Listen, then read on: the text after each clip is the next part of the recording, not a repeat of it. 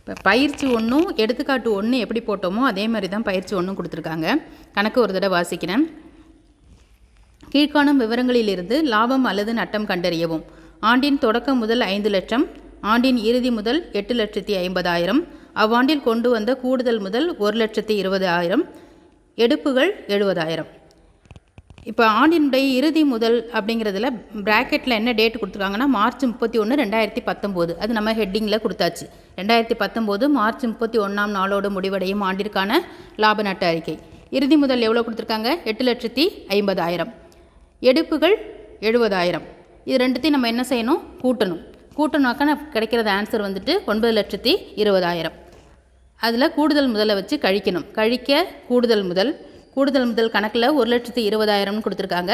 ரெண்டுத்தையும் கழிச்சோன்னாக்கா நம்மளுக்கு கிடைக்கிற ஆன்சர் வந்து 8 லட்சம். அந்த 8 லட்சத்துக்கு நம்ம என்ன பேர் கொடுக்கணுன்னாக்கா சரி கட்டப்பட்ட இறுதி முதல். அப்புறம் கணக்கில் தொடக்க முதல் எவ்வளோ கொடுத்துருக்காங்கன்னு பார்த்தா 5 லட்சம்.